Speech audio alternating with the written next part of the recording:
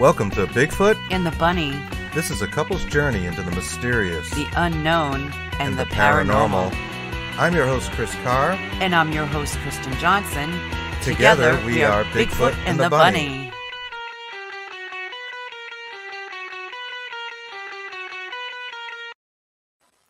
And we're live. Welcome to Bigfoot and the Bunny. I'm Chris Carr. And I'm Kristen Johnson. And we have a good show for you guys planned today. It looks like our guest might be running a little late, though. However, she is Kimberly McGeorge, or Dr. Kimberly McGeorge. Mm-hmm. And we hope she'll be joining us because she's got a wealth of very interesting stuff to discuss with us. She does. She's really great. So, yeah, she really has a very interesting bio, and we seem to be into some of the same things. So I think that this will be really cool. She talks a lot about frequencies, and that's something Kristen and I talk about all the time. And it's coming up more and more with the June 25th disclosures that are supposed to be coming out per our government here in the United States of America about these UAPs, UFOs, or whatever you want to call them, or UATs, even UATs, which is an unidentified aerial threat. Not sure who's been saying that. Tom DeLonge from he's actually calling UATs now. His what is it? Academy? No, it's To the Stars Academy of Arts and Entertainment. Yep. Yes. And he's been saying that he's with Luis Elizondo. He's been the mouthpiece actually on all the outlets in the media. Yeah. So they've been calling them UATs because they're threatening our airspace, but it's not just ours, it's around the globe. It certainly is. It's not limited to the United States. I think the whole world is looking at this. Right. So if you look at all the videos that they're sharing, it's mostly of Navy and Air Force pilots who capture them, but it's the way they say threat is because it's threatening that, their airspace. So, all right. Yeah. All right. Well, here's the thing, I'm starting to wonder if we're not just sharing the same space with these creatures, if their beings are more along the interdimensional, type of being where they're always here. That's what I'm starting to think. And not really coming from Nibiru per se. Nibiru, whatever. Yeah. However you say it. However that they're actually here, and they're just breaking through to our consciousness realm. We were talking a lot last night about consciousness and with this idea of ghosts and aliens, being one and the same potentially is just an interesting topic. And I know we agree, but we don't totally agree on it. And he's flip-flopping of something that we had discussed previously about. And no, flip-flop is the right word. But well, you didn't believe it at first because you didn't want to believe it, but then you started to believe it, and I was like, and now I'm on the fence. I'm like, well, no, now I'm thinking this. And well, I think we got to explain what we're talking about. I know what that is, and what I believe, or we believe, or don't believe, is more or less this idea of roles. And we brought this up on our friend Ken Allen's podcast, which was pretty darn good. The Wizard's Table. And I'm just bringing something up here. Oh, I see Nathaniel Gillis is out there, and Marie Young. Hey, guys. Hi. The idea of roles and spirits taking on roles, right? So there's all these stereotypes out there where you see the haunted, location with the little girl, and people see the little girl or little boy. It's kind of a stereotype. The women in white, some of the demonic activity, spirits that identify themselves as demons that, you just don't feel like this is really, Belial or Beelzebub or whatever, right? That you're talking to. And then that has happened to us, that they've communicated those words through, spirit boxes or EVPs or different things. And, you have to look at that, right? So I always looked at it like spirits were stepping into the role of something to portray it. But I'm starting to wonder if they're spirits at all, if they're just foreign consciousnesses. And I think that's a good word, foreign consciousness. At least you said it this time. You got it out. Yeah, I get it out. Consciousness is and that are trying to break through to ours, and this concept we brought up a few weeks ago about, in particular, an EVP we captured at Precious Blood Cemetery in Woonsocket, Rhode Island, where there would seem to be nature sounds, things that sounded almost like pareidolia. No, apophenia. Yep, we're creating words. Yeah. And, sentences, and they were right there. And I was like, well, I would say this was pareidolia or apophenia, except it really does kind of say this thing, or there'd be a human voice mixed in with it, and we can't identify the human voice. Yeah. So we start to think about that, and it occurs to us that they're using sounds to create the words that are already in our existence, in our consciousness. They're using noise. And I think that the reason why, 98% or whatever it is, EVPs that people capture sound whispery is because they're using your breath. They're using the wind. They're using the sounds around you to create that, I remember, not to interrupt you, but a long time ago, we first started our journey, our adventure into spider gates. I remember that we were pushing a bottle into the backpack, an empty water bottle into the backpack. And that actually had something really creepy inside of it, of the sound as the bottle was crushing. And I'll never forget where we were when we heard this. It's one of those moments. And it was like, oh my God, it was a bottle, just a water bottle crushing. And it was really bad. And it was a sentence in there. Yeah. Yep. There was. And we've talked about sounds within sounds with Mike Markowitz before, Bigfoot and the Bunny, who had a really good EVP of somebody sweeping, upstairs. He's in the basement of a tavern, I believe. And somebody's sweeping, and you can hear, and they're using the noise of the sweep to create it. And we had the same thing, like you mentioned, with the bottle. Right. And I think we had some other occurrence. Oh, by the way, Dr. Kimberly McGeorge will be joining us. She's just having some issues getting connected or something, but she's going to be with us shortly. So stick around for that. She'll definitely be joining us. So, they do, if they need like the sounds within our consciousness to make these words that we record, I just think it's very telling. And, all this phenomena that is going on right now is kind of coming to a head, in the instances of these, quote unquote alien experiences. They have no trouble getting through, and they're right there on video and that sort of thing. But are all interdimensional beings on this wavelength? What about things like fairies? What about things like Sasquatch that we're going to talk about with Dr. Kimberly in a little bit? Right. What are they, and how is it that they're able to remain so hidden from view? I get the idea that they are just so close. Our consciousness is made up of our perceptions, our five senses, right? And this is something I harp on a lot, that we can only interpret what is through those senses, right? What our eyes see, and the way we interpret matter, which is a collection of atoms. But for some reason, to us as humans, it might be a piece of wood or, plastic or glasses, whatever. But there's really like holes in this, and it's quantum. It's just the way we interpret it.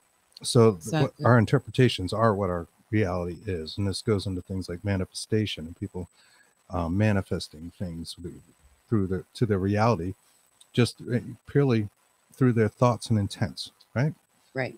So, yeah, we find that just fascinating. And it just makes us wonder with the idea of roles and all of that, and these stereotypes, whether they are in fact what they say they are, and they are spirits, or is it some other sort of being, right? And I think I mentioned on our Paranormal UK edition last week, I was talking about a podcast I saw with Grant Cameron, which was really, really interesting. And they were talking about, he was talking about the history of UFOs. And I went on a little bit about that and dug a little deeper with some of the history here in the United States. One of the things that he mentioned is that an abductee, I can't even talk to an abductee said that he was told by the being that they could only present themselves by things they pull from his mind, his brain, literally. So his consciousness, right? That's why we see these stereotypes, I feel, the little girl, the scary demon, the woman in white, and the women in white stories go. We did a whole show on that. Yeah. About a year ago. They're everywhere. And of course they sometimes wear blue or other colors. But it's mostly white because they were buried in their wedding dresses. So. Yeah. There's usually some love lost situation involved, you know, and jumping off the side of a castle or something like that, or a cliff. Oh, that's great. Yeah. Well, it's true. And, you know, there's always those legends, you know, which makes you wonder what's happening there. Yeah, we got, let's see here, Irene Takura. Hi from Tokyo, Japan. Wow. Hi, World Irene. of Ghosts. Welcome. Hey, let's go all the way to Japan. How are you doing, Irene? Hello, Elizabeth. And, of course, our Paranormal United Network TV. Which brings us to, we just want to say a quick shout out and a big thank you to all our families, UFO Paranormal Radio Network, Pun TV, Paranormal United Network, and also POC, Paranormal UK Radio Network. That's right. And we do a special edition every Wednesday that comes out as a podcast for our Paranormal UK network fans. And we also wanted to mention that the Paranormal United Network at Pun TV is presenting Fear Fest Paracon 2021, September 24th and 25th at the Temple in Salina, Kansas. So get your tickets. That's going to be something. A lot of the Pun hosts are going to be there, and lots of special guests and activities. So we're thinking about trying to get there, but I think we're at a different Paracon the week before, right after. I forget how that works. We're going to be at Mass Paracon, Sam Balchers is put together in Quincy, Massachusetts, and you can see Bigfoot and the Bunny there as a vendor. We're going to be selling some merch and some cool stuff, and you know, hopefully talking to a lot of people and meeting people, and that should be a lot of fun. I know our friend Nathaniel Gillis there that is watching us tonight. Yes, our buddy Nathaniel is going to be there as well as a guest, and we'll be doing a demonology dinner. So that should be really cool. That's really interesting. Yeah. Let's see. Check on Dr. Kimberly. So on this report coming out through the government, I honestly don't see them disclosing much. Most of it's probably like redacted heavily. I don't know what they're going to say, but it's probably not going to be a full disclosure. It's going to be something like what the people, you know, minuscule, you know, just minuscule stuff that we like don't already know that's already out in the media and stuff. So, but let's hope that they say something a little different. That's right. That's right. And getting back to that history of UFOs, because I did just save that for Paranormal UK. I'll review a little of that with you guys. The first documented sighting in the United States is pretty interesting, right? It was a secondhand account written by the Mass Bay colony founder and governor John Winthrop at the time, who wrote in his diary March 1st of 1639 that a, quote, sober and discreet man named James Everell reported rowing a boat up the muddy river at night when he and his boatmates saw a great light in the sky. When it stood still, it flamed up in flames. It was about 3 yards square, and when it moved, it contracted into the shape of a swine, literally a flying pig. And yes, I joked last week. This is way before Pink Floyd concerts, right? So these guys are out in a boat at night on the muddy river, and they see like this pig moving. This ran swift as an arrow toward Charlton, which is now known as Charlestown in Massachusetts. By the time the lights had moved away, they had been delivered a mile down the river and had no memory of how they got there.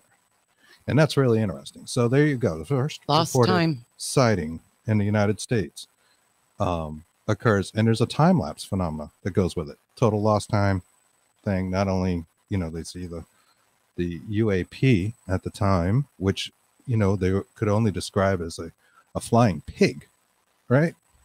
Again, pulling things from your consciousness, what you already know and perceive. What you already know and perceive. And there's an example of it. It's a great example.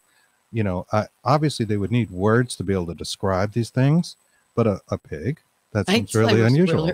Really you know, weird. In the 1800s, we started to see things that looked like blimps and balloons and had wings and looked like kind of like light bulbs, that they describe as like an arc light thing, like an electrical flying object. There are literally thousands of reports of these. Edison. You know, it was in the consciousness, and then in the 40s, 50s, and 60s, you start to see the advent of Hollywood and the flying saucers, and that's what's in the collective consciousness of people, and that becomes the UFOs. And as we go on and science fiction progresses, and we start to see the triangles and this sort of thing, it's very interesting. I do feel like that is something there, and it looks like Dr. Kimberly is on in our streaming software. Let me see if I can bring her on. All right.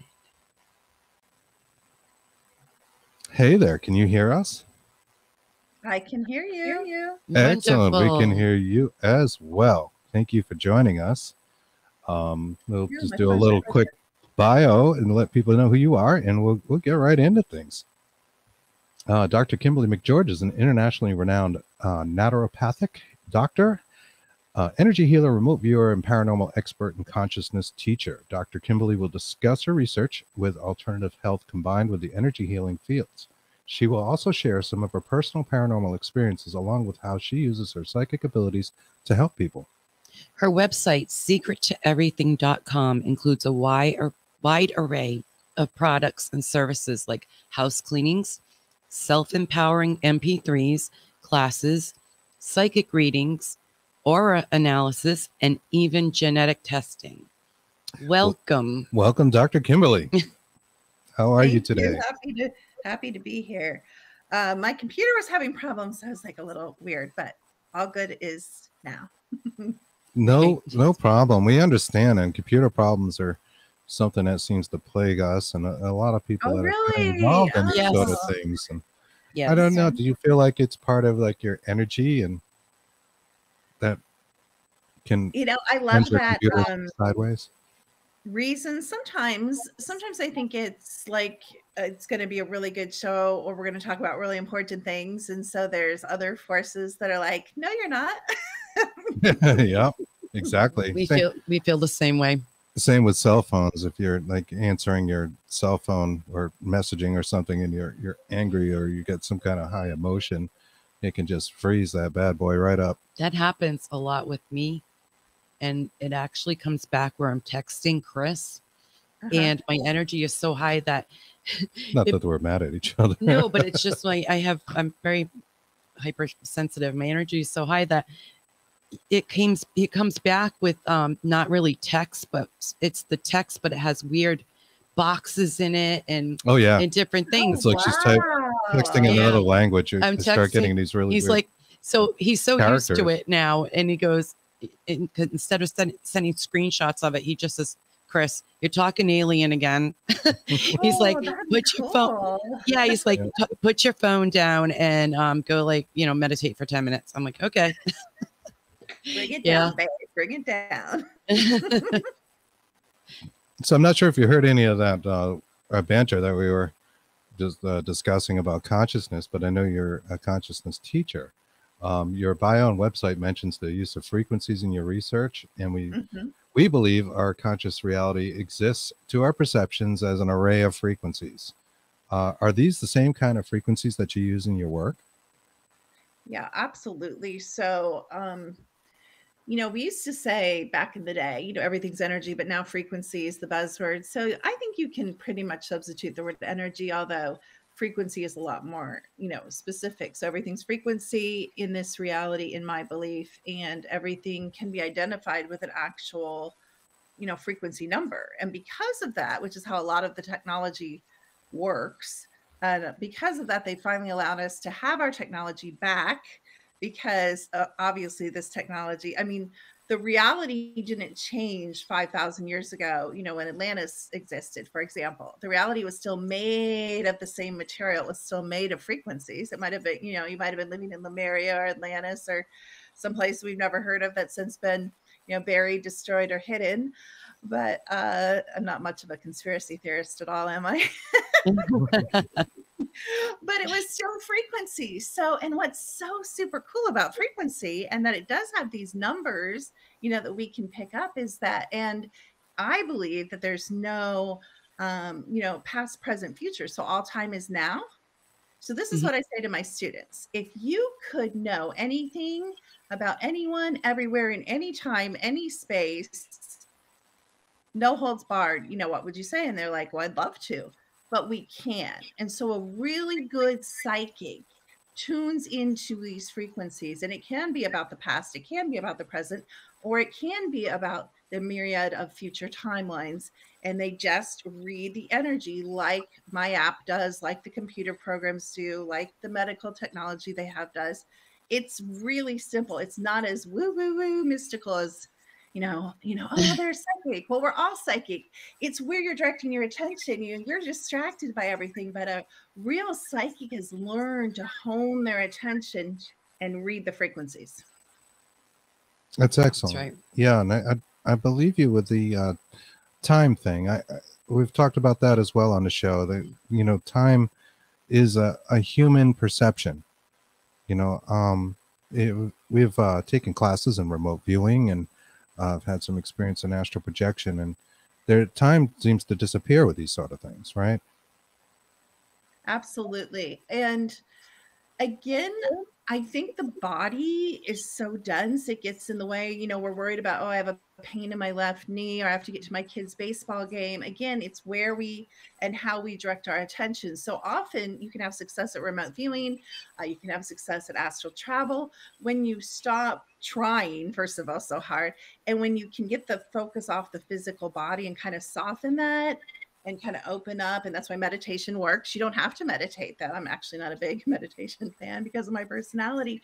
But, I also have to, and just like you were talking about with a phone, that was a great example. You kind of have to bring it down, lean back, open up your hands, and be willing to receive what comes with no filter. And I think what holds a lot of people back in developing their psychic abilities, fill in the blank of whatever type, is that they aren't willing to accept what they're seeing. So if they think the world is all like, let's skip, through the world and everything's, honey and roses, but they see like a big, huge, dark monster demon, all of a sudden forget, I'm not developing my psychic abilities. That's why a lot of children do, because of the trauma and the terror, they do shut it off. They may start out seeing fairies, but they may end up really seeing monsters under the bed or in their closets. Sure. Kristen and I both had haunted childhoods, and it's something we've espoused on before. We completely agree with you with that. We think children are just in general more open to these things, haven't built the belief systems to shut them down. I don't know if the beings know that. What do you think of that? These interdimensional beings and sort of things. I know you're into Sasquatch, and you talked about fairies and that kind of thing. Not by choice. I'm not in by choice. Let's get that out there. Not by choice. Do you think they recognize the fact that a child is a child and that they're more open to manipulation? The negative beings definitely know a child's a child and open to manipulation. Open to manipulation and programming. The positive beings, I think, know that up to a certain age, they absolutely have most of their abilities. Although, interestingly enough, and I know you guys probably have talked about this or know about this, if you are born in a hospital, though, in America, and I'm not sure where else, they're instantly messing with your eyes and your brain by putting drops in your eyes and, don't want to say the V word, but you know what I'm saying, putting things in your body and really pushing that on the parents. And when you really trace a lot of those ingredients, it's a lot of things like, heavy metals and things that really block the electricity in the body and start to calcify. And everybody's so hung up on the pineal gland, and I want to like smack them silly, because one of the things our tech does is it, measures and reads the chakras and how open or closed they are, including, of course, the crown chakra, which everyone's like, oh, you're connected to the all, and that's true. Oh, your third eye's open, your third eye's closed. But some of these are just trite misnomers of what I call false light or junk consciousness, because my app, which is 100% accurate, can say my third eye is closed, 100% closed, and my crown, and I can read anybody under the table still. Why? It's amazing you have that in application. Because I believe we all read energy all the time through many avenues. We call it a gut feeling. Even through this horrible physical body that holds us back, it still has some usefulness and gives us some signals that we might consider psychic. Absolutely. Like clairaudient, clairsentient. Absolutely. The knowing, I'm a knower. So in college, my fiance used to say, make fun of me, and he's like, you know things, because he's like, how do you know? And I'm like, I just know that I know that I know that I know. And he'd be like, you know things. Chris always says, like you were saying, these meat bags are holding us back. Come on, you know. And I love that you know that. A lot of people don't like know that or think about it, because if you come through the religious store, you know, the religion teaches you that we're fearfully and wonderfully made. I'm like, somebody messed up a little bit. right. Actually, you know, we were just talking about a thing last night too. Like, you know, there's all these theories of like Anunnaki, where the aliens, you know, came and kind of, you know, crossed the missing link for us and bred with humans, or manipulated the DNA to create what we are today. And we see all this phenomena. We wonder, a lot of it's USOs, you know, and they're going underwater, and maybe they've like changed their mind and they're like, let's work with the dolphins instead. Yeah, they probably. I was talking to Chris. These meat bags are too screwed up. They can't get it right. So I'm like, let's work with the dolphins. I had said to him, it was actually a thing about frequency, and I was sitting there thinking about this, and I'm like, why would they come down here, you know, or over here, the aliens being interdimensional, you know, best case scenario, and why would they talk to us when it's probably worked out in frequency? And I said to him, they'd probably go talk to the darn dolphins and whales first if they got here. That's right. So if you're at the beach next week and you see a dolphin with like growing with legs coming out of the water and arms, maybe a little dinosaur arms or something, you know, remember we told you this, we warned you. That's right. They were going to shoot something else. We warned you. I love it. You guys are hilarious. I love it. Thank you. But now when you say frequency, you mean all kinds of frequencies, like light waves, matter particles, sounds.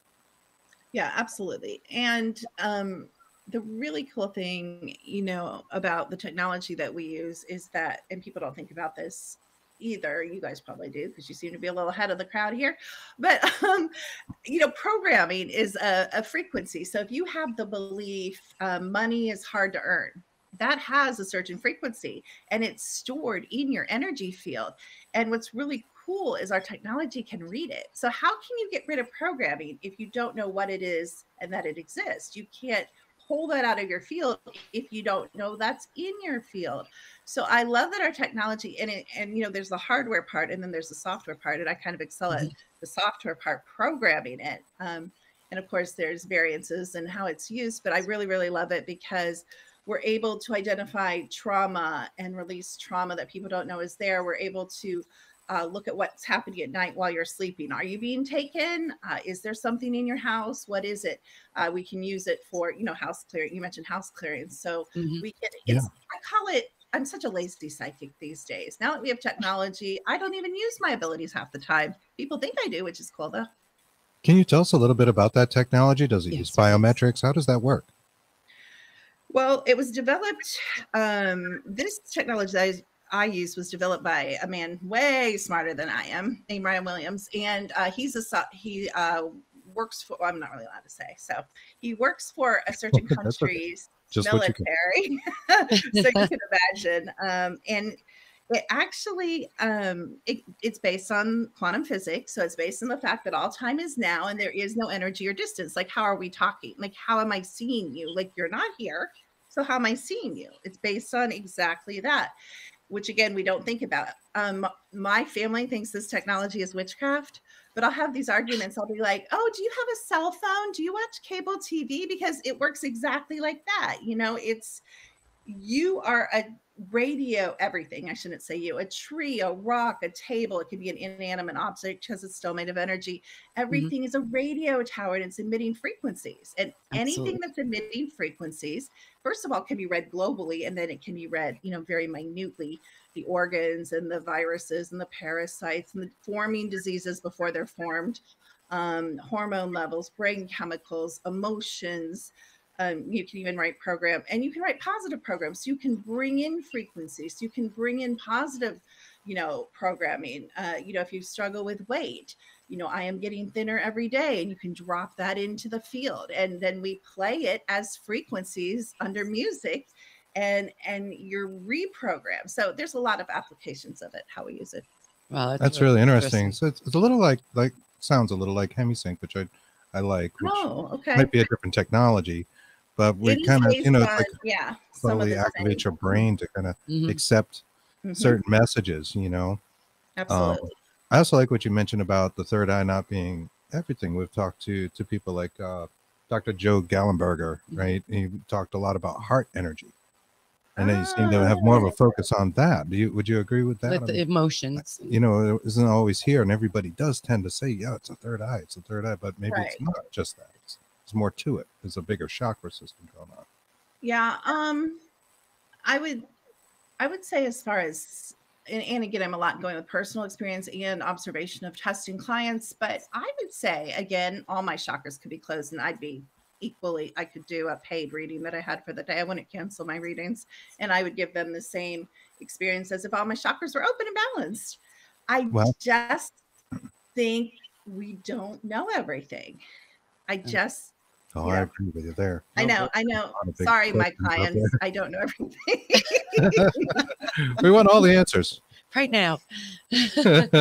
What is the meaning of life? I don't understand. Well, and again, and I don't know what you guys believe, but what I believe is, this is not me or really much of me. It's just a blink of the eye of me. And I am infinite consciousness that's chosen or not chosen, possibly been captured and held here against my will. At least that's my theory, to experience this at this time. And so who else have I been? What else have I been? Have I been a tree? Have I been a fish? Kind of like, is that the Buddhist philosophy that they kind of go that way? Or, not just reincarnation, but that most of the time it was my choice, which is what we're not taught. We're kind of taught like there's this karma wheel, which I do believe there was some kind of weird karma program here. We do think it's broken now. Phew. However, the multiverse law. Sorry, I'm just really weird. No, that's fine. We love this. Please. Yeah, we can talk on this. We love it. Is cause and effect, which is very close to karma. Don't you think cause and effect, you do this and you get this, positive or negative, exactly, very close to karma? That's exactly what karma is, basically, cause and effect. On some level, right. But when you talk about those kind of things, like you choose to be here, and actually one of the people saying hi out there is our friend Chris Garcia, who was a psychic and was a guest on our show. Oh, we were actually talking about how people make a choice to be here, right? It's even in a Tool song, the band Tool, if you follow them, like Parabola. You make a choice to be here, like somehow, and I think you were just alluding to that, right? Yeah, that and I don't. You might make a choice to live this life or this consciousness, but if that's true, it kind of negates the idea of free will to some degree, because now you're kind of like on a roller coaster, right? So you can say, well, I got free will on a roller coaster. You can wave your arms, but basically you're going to have to follow the roller coaster, right? Oh, that's good. But I think that the nature of this, and I have two thoughts that are going to appear opposite about that. So my first thought is, we're on a place that's very programmed and very delusional and very deceptive. The whole place. I'm not talking about America or Russia. I'm talking about the whole place, maybe even the family you're born into. So on one place, I feel that we're heavily shackled, but on the other thing, as you raise your consciousness, as you raise your frequency, and here's the most important thing I can say on your show, as you remember who you've been and who you are, and I'm not talking about like I was a fireman, 80 years ago. I'm not talking about that garbage. I'm talking about who and how you've consistently expressed yourself over millions of years. Once you get those memories back, because we're memory wiped, most people, not everybody, we're memory wiped when we come in here. And so I retain some memory, but some other people retain memory, but not everybody. And certainly I haven't retained the memory that I've gotten back since I've been here for 50 years.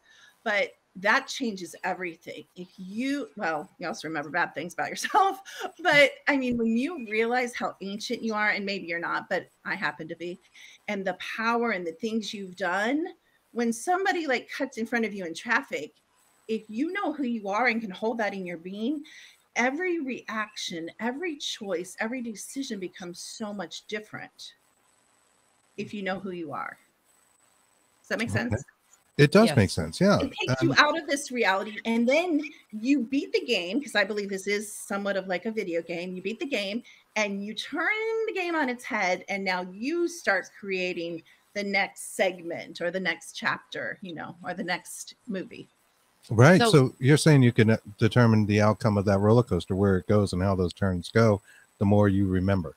The more you know. Yes, but I totally agree with you. Most people, 95% of the people listening to this are on that roller coaster. And even some days I forget and I get back on the roller coaster. I actually have to have items around my desk and in my home that I look at that is a symbol of who I am to remind me of my power and my ability of, infinite creation and all these things. Because I forget, we all get down in the density and we forget and we just, kind of knee-jerk react. So it's not easy. Even once you remember, there's forces fighting to have you forget.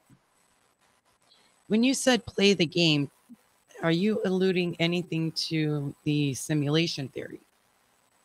Absolutely. So I've been so back and forth in this. Like if you went back and pulled a class from like 5 years ago, I'm like, this is the simulation theory is garbage.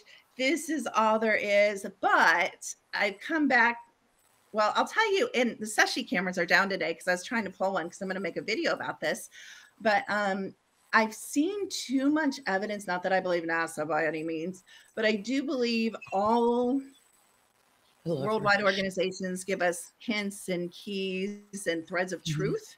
And I do believe the cams they have in space, whatever you think that is, you guys are like introducing like 70 topics, like with every question. You are not shallow interviewers. I'm not used to this. I might have to get off the show. You're like blowing my mind.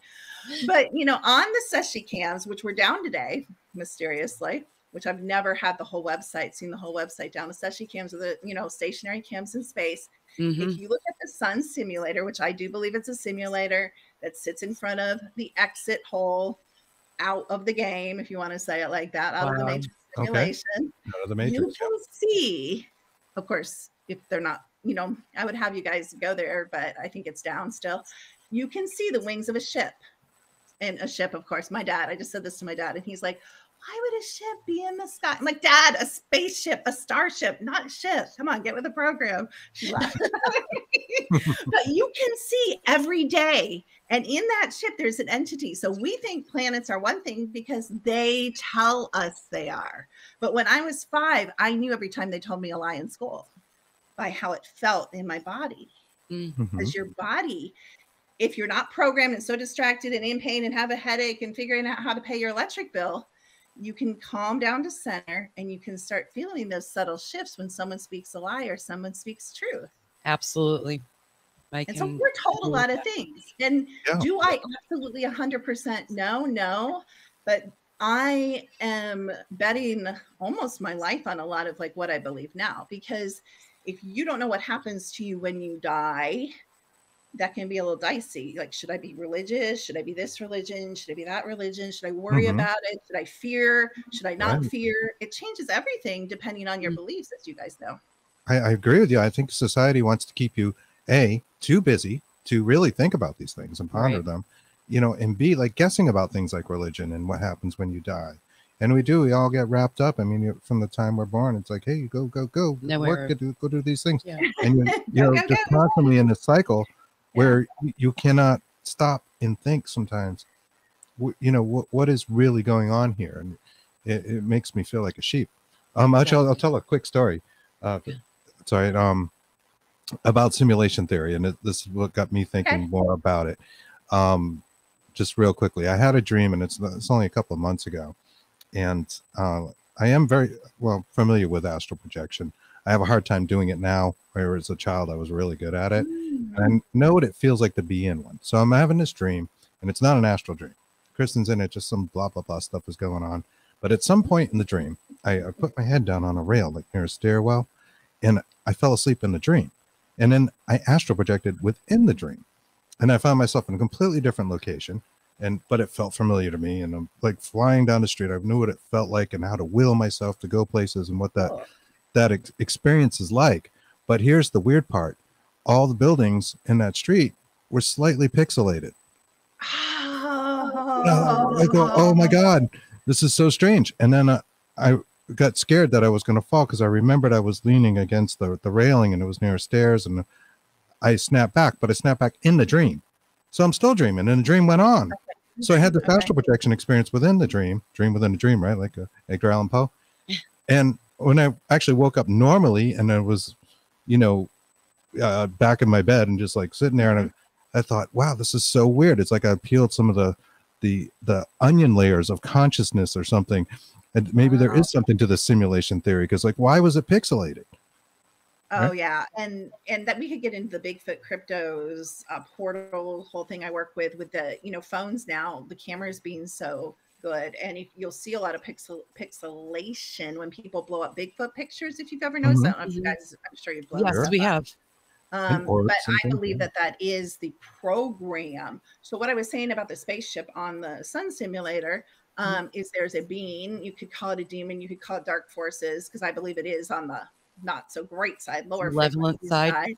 It is running the actual computer program of this reality. That is where this reality is being broadcast from. And I'm going to tell you what also reinforced this theory. And it's going to be a little crass. I'm sorry. I'm not going to lie about where it happened and make up something different. But I was sitting in the bathroom, going to the bathroom happily in Ohio. It's not exactly the most exciting activity because we do it a lot. I'm like looking around, in my bathroom wall, small bathroom wall. Do your best work there. Yep. And all of a sudden, I'm sitting in the middle of my backyard. There's no wall. The walls, and I'm not dreaming. And I want to say one other thing to Chris about dreaming. And our belief, like, there is no dreaming. They lie to us about that. So dreaming isn't dreaming. It's just nighttime awake time.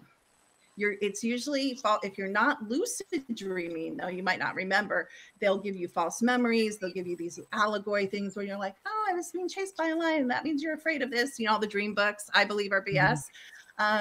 So it's like right now, sometimes I say, am I awake or am I dreaming? Because it's nighttime dreaming, daytime dreaming, or nighttime awake, daytime awake. There's no difference other than it's dark or light. And how much sleep do we need? I call it the sleep program. We could talk about all this stuff forever. What is the sleep program? Do we really need 10, 8, 6, 5? Why do they want us to go to sleep? Could it be because weird things happen to our body while we're asleep? Could it be weird things are done to our mind? When we put ourselves under that light trance, which we know the brain waves change of sleep. Sure. Yeah, we're very into the brain. Abduction phenomena has happened while people were kind of in a trance, whether it was like riding a bicycle or they're laying in bed. Walking, hiking, all of them. Yes. Certainly a lot, that makes you wonder, right? And dreams are strange. Sometimes they seem to mean nothing, and sometimes they're premonitions of the following day. You might see things that occur symbolically through the day. And why? And we have to ask that question: why though? Why does that happen? Is it that malevolent being driving us, or his let's get on those malevolent beings and the Sasquatch? Have you guys talked to anybody that worked with any of the CERNs? Because you guys know there's like 150 CERNs, not one. Have you guys interviewed anyone that worked for them, in them, around them? No, we haven't. Yeah, and I have such an issue with CERN.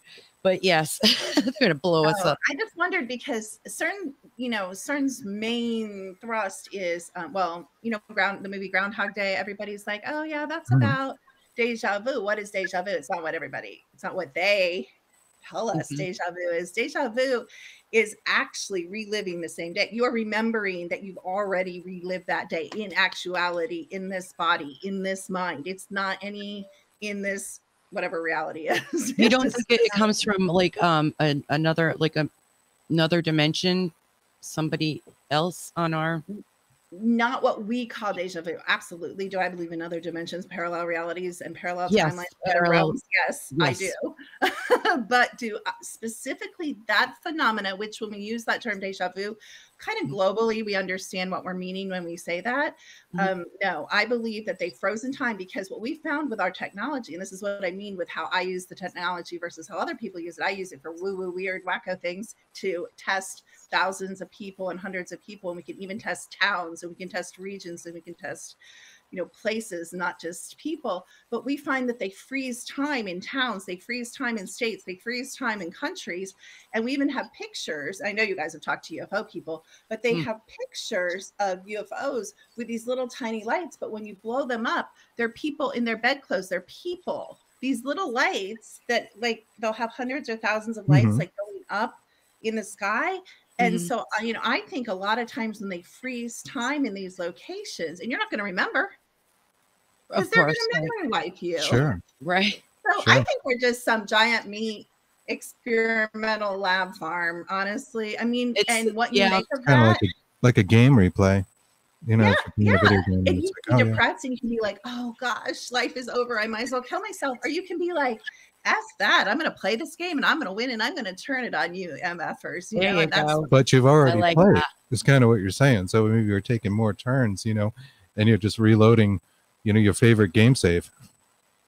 Yeah, and I honestly, I play games, so it can be fun. It can be fun. It can be fun to. I don't know if you guys have talked to targeted individuals, but I'm a targeted individual, and they know this. So I'm probably inviting more. But I mean, I turn the game on them 24 ways to Sunday, and they can't stand me because you're going to play me. I'm going to turn around and reverse the energy, and I'm going to do the same to you.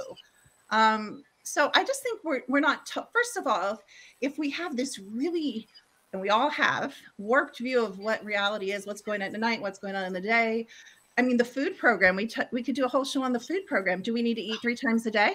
What do we need to eat? If these are robotic bodies that if you electrical, and you're talking about the brainwaves, but our bodies, of course, the body electric, you know, and it seems to me the less I eat, the more powerful I am. The less I eat, the more sharp my psychic abilities are and my perceptions. So there's just so much to talk about. It's almost everything it's almost like everything they've told us is a lie. Funny enough. Right. And they keep us busy. Yeah. They certainly do. So you think eating less food contributes to psychic abilities? Can you tell us a little bit about that? How can a person enhance their psychic abilities through diet, through whatever it is? Oh, that's a good question. And you know, just going to food, since we were talking about that really briefly. Well, you guys know, you know the supermarkets like junk and the fast food restaurants. They found. I mean, I talked to somebody who worked, I don't want to say because I always get really bad things happen to me when I say names, but a major meat warehouse, and they worked for this meat warehouse. I mean, it's major. It's one of the ones that starts with a C and ends with an L. We'll put it that way. And it supplies all the fast food restaurants, at least in America. I don't know, maybe around the world, but I know in America, they supply most of the fast food restaurants. And this person worked for them, and they told me this. And if I didn't know, I always say, don't believe anything you hear, no matter who it's from, unless you've seen it yourself, or unless you would stake your life literally on the person telling you. So I trusted this person quite a bit, not quite my life, but they said that they have human meat warehouses, and that every single fast food restaurant and even the plant-based burgers are mixed with human meat. Oh my God, like Soylent Green? Yeah, I was just going to say Soylent Green people. Okay, yeah, my kids and I haven't eaten, at a fast food restaurant for years. Or why would that be true? Oh. Like, why would they want to? It's the because they make you, remember we were talking about cause and effect and karma, which I don't believe in karma, but still cause and effect. So a lot of, and this can get really, really crazy. I actually think this body, one of the malfunctions of it is a lot of us have, and this is a belief thing possibly too, but I've seen the genome sequences, reptilian bloodlines, or, so everyone says, oh, you're from a royal bloodline, you're from a double royal, that just means you're from a double reptilian Draco bloodline. That means you have more to fight than the other people against, they tend to have strong tempers. They tend to be more intense. They tend to be more powerful because you're picking up those characteristics from the Draco lines and the reptilian lines, like the royal families all are from, right.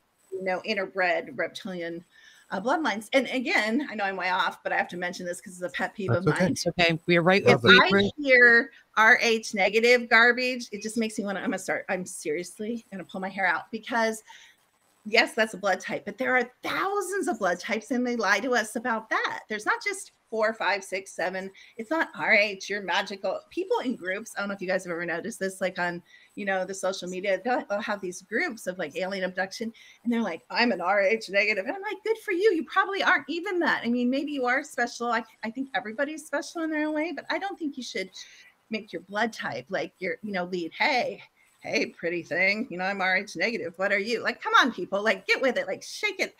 Why do they think they're telling the truth about that? They tell the truth about nothing. So why are they telling you the truth about your blood type? They're not. Well, RH negative means you don't have the rhesus monkey gene, which I am. And Christopher and that is a blood type. See, you're one of those. Chris says exactly, but Chris always calls me a reptilian. He thinks I'm a reptile because I have not. Yeah. Well, so it's a joke. I don't mean it seriously. He does. Right. It's okay. You don't? Seriously? But no, and I do think that's probably a blood type, but there's so many more, and there's so many variants, and they are mad scientists, the people that take our blood and take our DNA. Have you guys heard the Life Touch photography? This is fun. They do the school photography, don't they? Yeah. Do you know? Life Okay. Touch. Okay. Yeah. So this amazing, lovely you know why you get free pictures? For kids. You guys, you don't get anything in this reality for free. Just remember that. They send you these packets if you guys are parents, and they're like, oh my, how nice. They give us these free pictures. Yeah, I'm going to buy these. Well, guess what they do when you allow your kids to have their picture taken in public school? You know, who owns the schools, who runs the schools, who writes the programming for the schools. So you allow your kids to have their picture taken. There's a reason. Because multiverse law runs on contractual law, and so does this reality. So every reality runs on contract law, but nobody teaches you that either. So you have to give permission for your child's picture to be taken. Once you've done that, all bets are off. They can do whatever they want with the pictures, and they do. They put in a catalog that's distributed to the elites, to the reptilians, and it's a sex clone catalog. You get to order, I'm sorry, guys, you get to order up your sex clones, and then you're replicated. I'm replicated. Men, women, whatever. It's not just one. They love, of course, blonde girls with blue eyes. Great. I bet you have a lot of clones. Oh, I and do. then you have clones that are abused, tortured, and kept as sex slaves. And so we wonder why, when I test with my app, people are testing super traumatized even when they are happy. They're in a happy marriage. They're in a happy family. They have enough money. They have enough food. Their body's healthy. Why are they testing with exquisite, extensive trauma?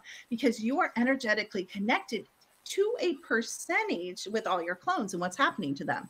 And you feel it goes again to what I'm saying. Everybody reads energy. Everybody's psychic.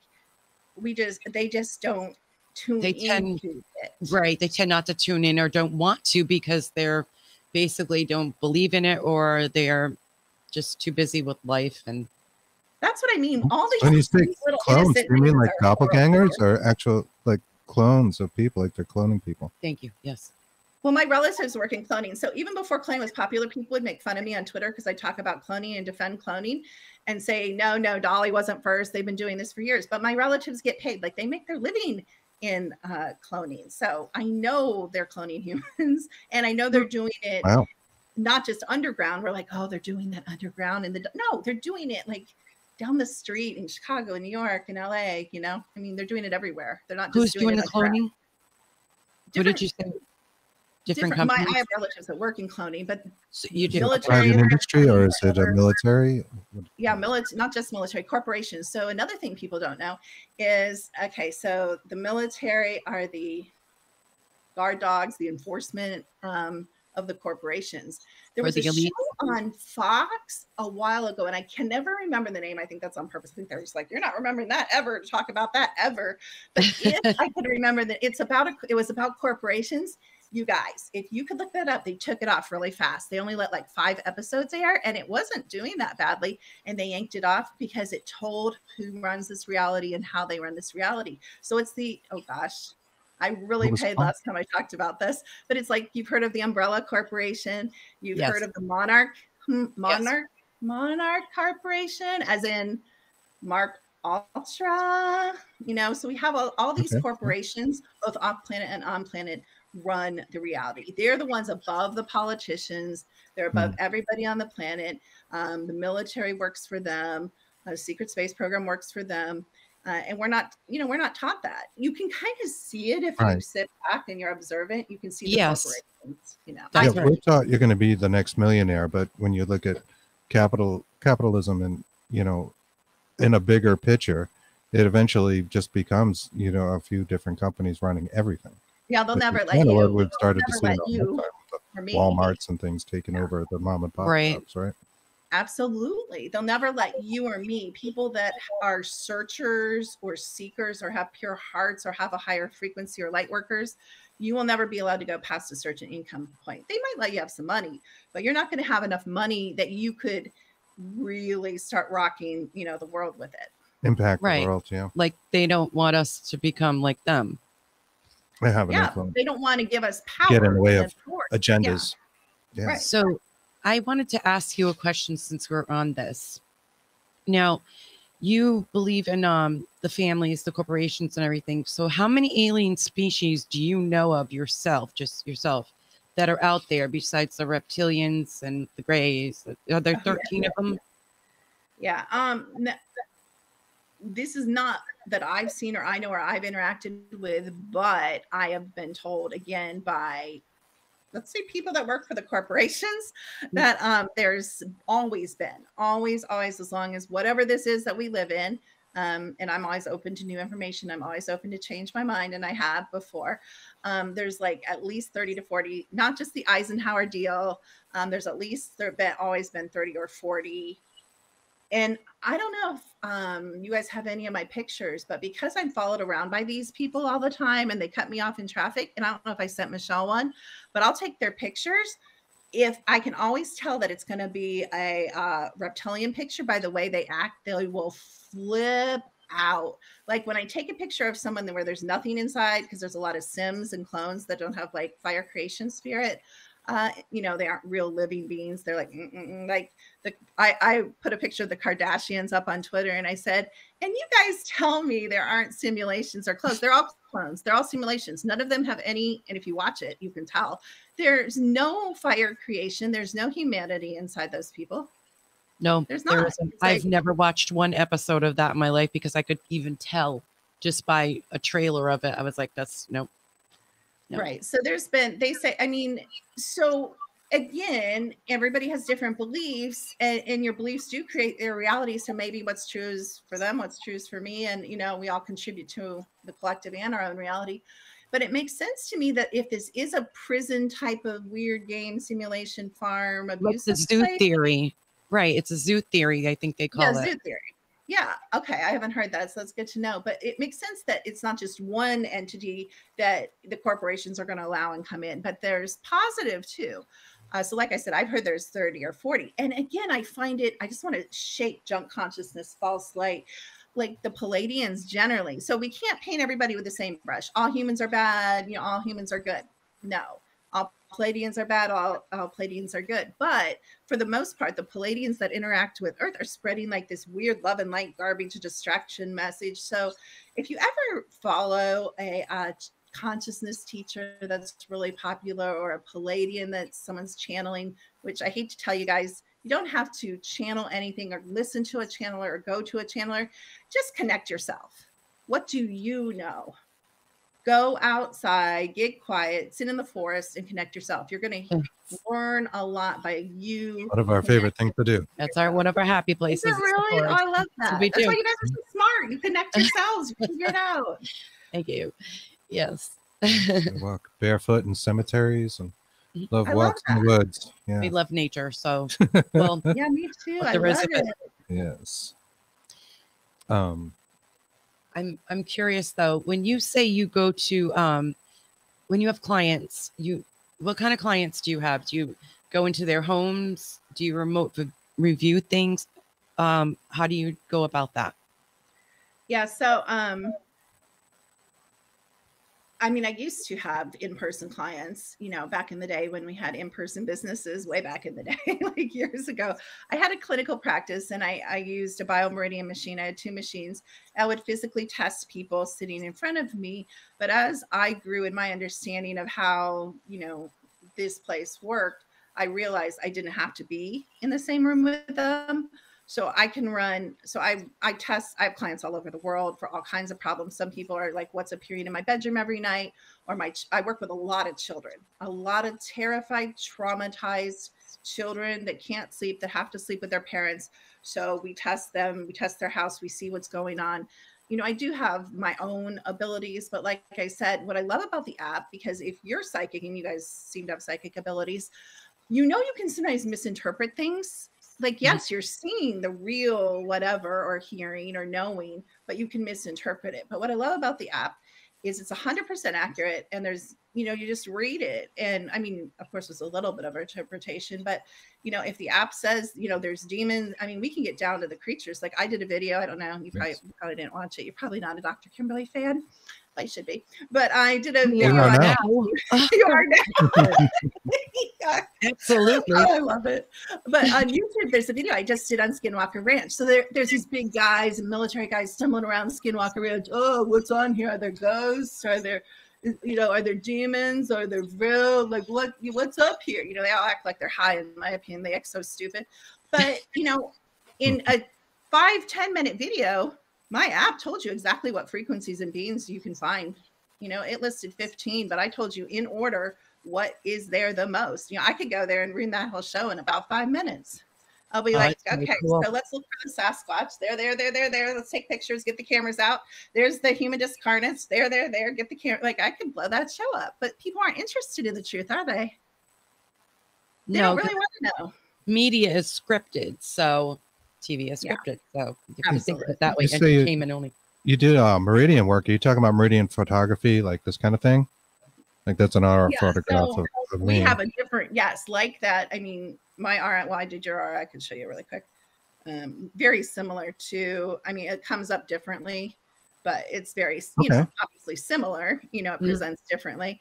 But yeah, but that's like just the initial, that's just kind of the energetic picture I look at. So I know if I'm dealing with darkness, clearing, are there going to be other beings that are trying to interface with me and them?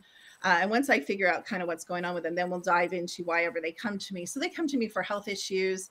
People actually regret coming to me a lot because I'm a truth teller.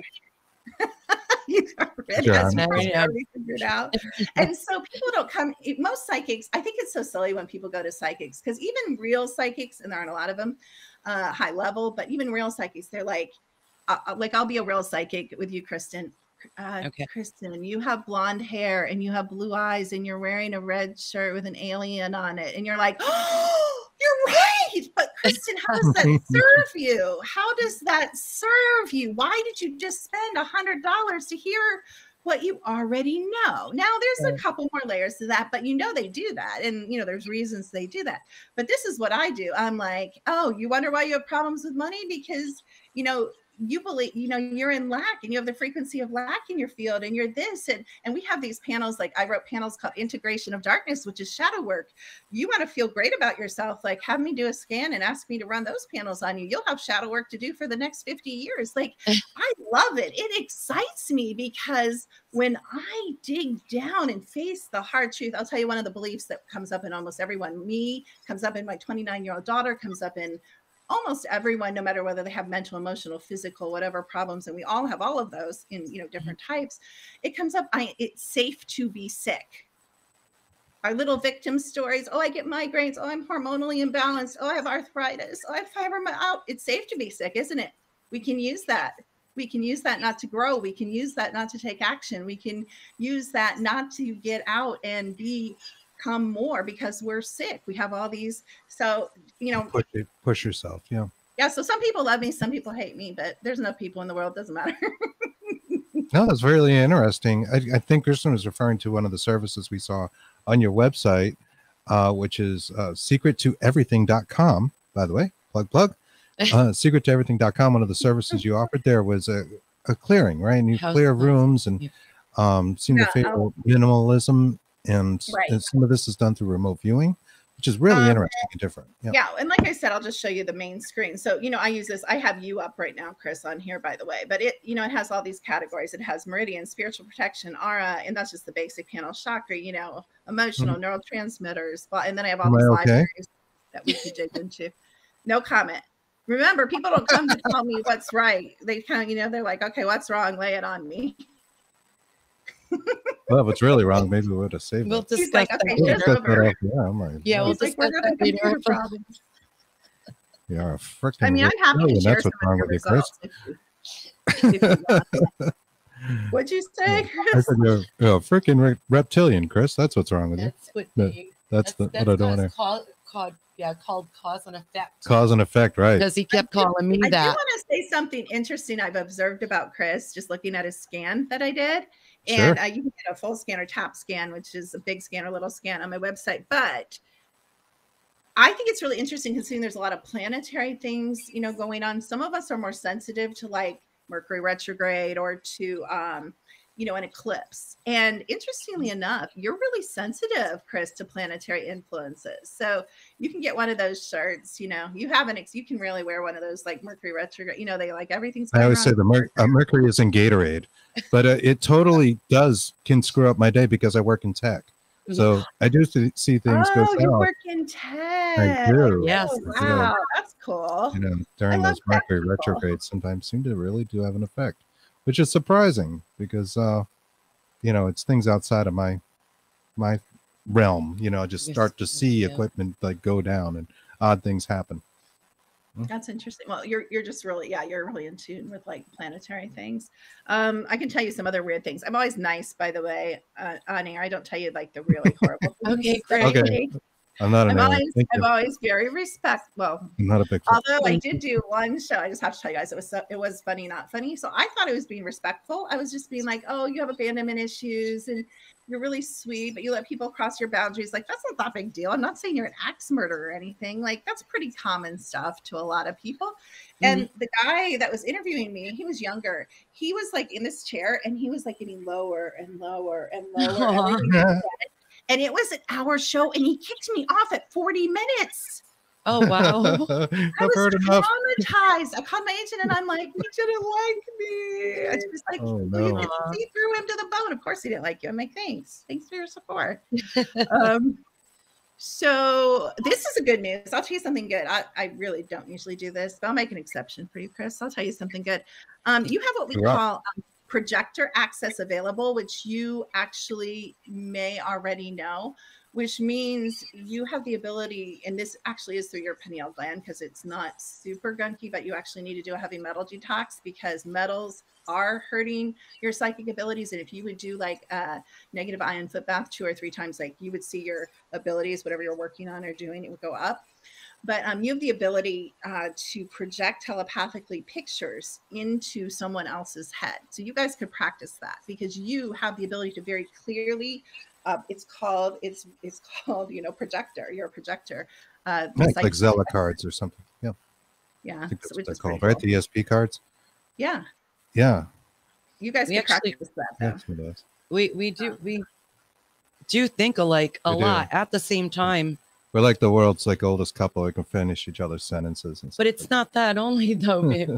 It's also that I will be thinking about something the same exact time he is. Yeah. All we do. This happens it's like synchronicity. Music all kinds of things, really. Yeah. You know what's interesting? Don't throw tomatoes through the screen. I'm like, God, wait. But I'm completely anti-marriage, not anti-relationship, anti-marriage, because again, who did God make marriage up or did the corporations make marriage up? Very good question. Just lay it in your energy field. But when you lay in bed with anyone, I mean, it could be your kid or nursing a baby or your dogs. Like I sleep with 10 dogs. So, I mean, we all do this, but there is an energy overlap and merge. So we're like, you know, why do my mom and dad look alike at 70? They're like, oh, you just grow to look alike. No, literally. And we're not just talking about sex. We're talking energy. Even if they never had sex and just slept with their energy fields overlapping, you pick up positive and negative qualities. And sometimes you sleep next to someone, which is really, because some people are just naturally have learned how to invert their energy and be vampiric. And we see this a lot. You can see it in the energy field and the tech sees it all the time. So some people are like, oh, I wake up so exhausted, but it's because their husband or wife or kid or dog or whatever is literally a vampire. Maybe you're a vampire, which could be beneficial. So some people are like waking up and they're like this. And some people are like, you know, that sleep in the same bed. So that's really interesting. But really people grow like there's a whole study. I don't know if you've ever interviewed someone who knows personology. It's called personology. And you can tell the characteristics of someone by like reading fat, tall, skinny, short, you know, wide nose, short nose, small eyes, big eyes, because they all put out a certain frequency. And that's what's so beautiful about frequencies. Energy doesn't lie and frequency never lies. So as long as you have the right frequency, again, it always means the same thing. Always. So is this psychic ability, is it tuning into the frequencies of an object or a creature or consciousness? After I worked with the technology and worked with frequency and have developed other you know, inventions using frequency. I always love knowing tech people. Like maybe you and I could work on something in the future. I'm like a mad scientist inventor. But, we are. actually in projects and stuff, working on things right now. So we would love to. Oh, super reach cool. out to us, please. I love that. I love the idea of biometrics and yeah, but it's I don't want to use the word science because again, I think science is this nebulous thing that they change. I used to work for OSU Hospital for the heart transplant team, and I saw their studies. I saw them doctor their studies. You know, that's your science. I'm not saying everybody does. There is, you know, some science that's observable, but I think they changed the science according. Well, we saw that all last year and this year, and right now, right, with all the exposure of the lies, the person lying, you know, the Dr. F person that manufactured a lot of, you know, evidence and stuff. So yeah, that's a question. But I do believe in technology and I love technology. So I'm gonna just throw this at you. How do you clear a room by remote viewing? So yeah, they want to know how that actually works. But we're familiar with remote viewing and I've both done it before, and you know, there's the idea of anybody's listening who doesn't understand it, that you're given like a target number, which I guess in this case would be a room. You don't know anything about it, and you basically draw and describe this target that you can't possibly know anything about. And I want to clarify something. There's two types of remote viewing, and you obviously are doing the military, what we call military remote viewing. I was born, unfortunately, fortunately, I just go there. Like I don't do anything. I just go while in this body, kind of like an astral projection remote viewing combination. So I just go there, or I used to. Again, with the technology, we take a picture of your house, we drop it in, we scan it, we have tons and tons and tons of informational panels, and we just see what's there. So now I don't have to. I will go and check around. And then here's a whole nother thing that's a really big rabbit trail that we're not taught. So just as we can project our consciousness anywhere inside or outside of time or space, other beings come into our space. And a lot of people's problems are these entities and energies in their energy field and in their home. But we're not taught. We're taught to kind of be afraid of them, to tell them to leave. Sometimes I don't tell them to leave. I'll say, hey, Joe Smith, who's hanging around, knocking dishes out of the thing. I'll say, hey, why are you here? Now, it's not like Ghost Whisperer, which is another bunch of BS. And, you know, teaching people how to go into the soul trap. That's a whole nother story about life after death. But this is just, you know, saying, why are you here? And he's not going to say, oh, you know, go 3 miles down the road to the pine tree, turn left and dig up a box and then I'll leave. No, that's not what they say. He'll say, because I don't know where else to go. Sometimes that's what they say. And I'll say, well, do you know that all you have to do is picture, where would you like to go? What did you like when you were alive, Joe? And he'll say, oh, I really like the racetrack and like races, and I love to watch race cars.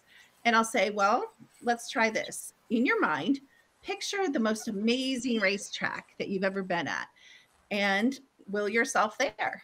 And guess what? Joe's gone. It's as simple as that. Now, that's with a human incarnate that's not harmful. If we're dealing with a dark energy being or a dark force being or a more ancient being, you know, that's a different conversation. Then it's very individual and we don't understand it. I can't teach everybody how to clear house like I do because everybody's not me. I know who I am. I know a lot of these beings. So I'll say, that's really funny because I can see who you are. So this is a little boy, you know, you shouldn't be here. You know, you're going to pay for this in some way. And if you don't do what I say, there's going to be a consequence. Remember, cause and effect. But we aren't taught how to wield our own power. So that's what I teach my students. I teach them how to apply power in like a really, really comprehensive way, not just this love and light BS way. Like I'll teach you how to get stuff done. I'll teach you how to radically alter your life. I'll teach you how to get rid of the people and the things you don't want in your life. And it's your power. You don't have to pay me for the rest of your life to do it for you. That's really interesting. So when you're remote viewing a room, you're kind of going there, and we'll just put it in quotes, like kind of astrally, you kind of see it. You just see it. And if you see some kind of negative, whether it's a human discarnate being or demon or other entity, and I don't know, we'll get into whatever a demon is, right? Yeah, well, sometimes it's, you know, sometimes people like, how do you clear, I'm sorry, how do you clear it from afar? You know, what do I clear? Well, yeah, I mean, what are you doing? Just on a high level, obviously, and we can't get into every step, but how do you do that? It's hard to explain because, again, you know, our reality is what we believe it to be. So because I believe, first of all, I can clear. Now I use my tech too. So I'll run their thing. I'll get the frequencies, the positive frequencies. I'll make them a track and they'll play it. And that will help bring the positive energy in, of course, which helps clear. But we solve the problems. We talk to the beings and I just destroy. If they don't listen to me and do what I want them to do, they're destroyed from the moment of their creation ever in all reality, all time and all space. They no longer cease to exist. And then I trace their masters or who sent them and we have a conversation. And if they don't play nice, then they're destroyed too. I just take Is that what it's like? Is it a conversation or are you more or less It's a conversation with a powerful threat with action behind it. Mm-hmm. Okay. Okay. You know, because I don't play, especially kids. Kids, I'll give a lot of grace with like adults. Like if the being's like, well, they've been drawing pentagrams and chanting, you know, satanic mass, I'm going to give that being a little more grace that's came in at that invitation that person gave. Then I'm going to give a kid who's just usually the super psychic, the super bright, the super oldest souls that can make the biggest difference here are the ones that are getting tortured and harassed and frightened, you know, at night. I won't give those beings very much grace. They're gone. Do any of these entities and maybe interdimensional creatures relate to things like Sasquatch and the Fae? You know, it's so funny. Everybody's like, oh, how'd you get into Sasquatch? I'm like, I was forced to. When they start appearing all around you, you know, as soon as I see a new creature, like they never leave. Like you can't, have you heard that term? You can't unsee. Like once you know what Sasquatch look like and how they appear and how they relate, like you can't unsee or undo. So, you know, actually I have a friend, C. Wayne Wilson. If you guys want you might not be able to talk very much. You think I'm a talker? You'd have to be real strict with him, give him some boundaries, but he's a hoot. He's this old hillbilly character, but it's truly who he is. You think he's dumb, but he's super smart. He used to be a professional wrestler. Oh, wow. And he takes these amazing, he can see maybe a smidgen better than I can. We see differently though. So I pick up some things that he doesn't and he picks, but I was watching these videos and you know how you start out like watching a video on like consciousness and you end up watching videos on like aliens and Bigfoot on, because you know, they show you the better videos. You're like, forget this video is boring. Yeah, absolutely. Right. The algorithm. I call it squirreling, right? I love that. Yeah, rabbit trailing, squirreling. And what's so funny, that's my daughter's, as you can probably see why, nickname for me. She calls me Squirrel. Oh, really? That's what he calls me. Yeah, I call Kristen a haunted bag of squirrels. Oh, he does. Don't ever tell my daughter that. Boy, I'm such a nice boyfriend, aren't I? Jeez, you know, but I'm teasing, of course. But yeah. But so I'm watching videos and there's this guy, this hillbilly, and I'm like, this guy's like about stupid. And he's like, look at these trees. There's like a Sasquatch with her breasts out and she's holding a baby nursing. And I'm like, is this guy insane? Because until then I've never seen a Sasquatch. So I'm watching his video, which is in his backyard out in the country in North Carolina. And all of a sudden I'm like, oh, sweet Jesus. I actually, as he's narrating, I am seeing exactly what he's saying. But is it pareidolia for you?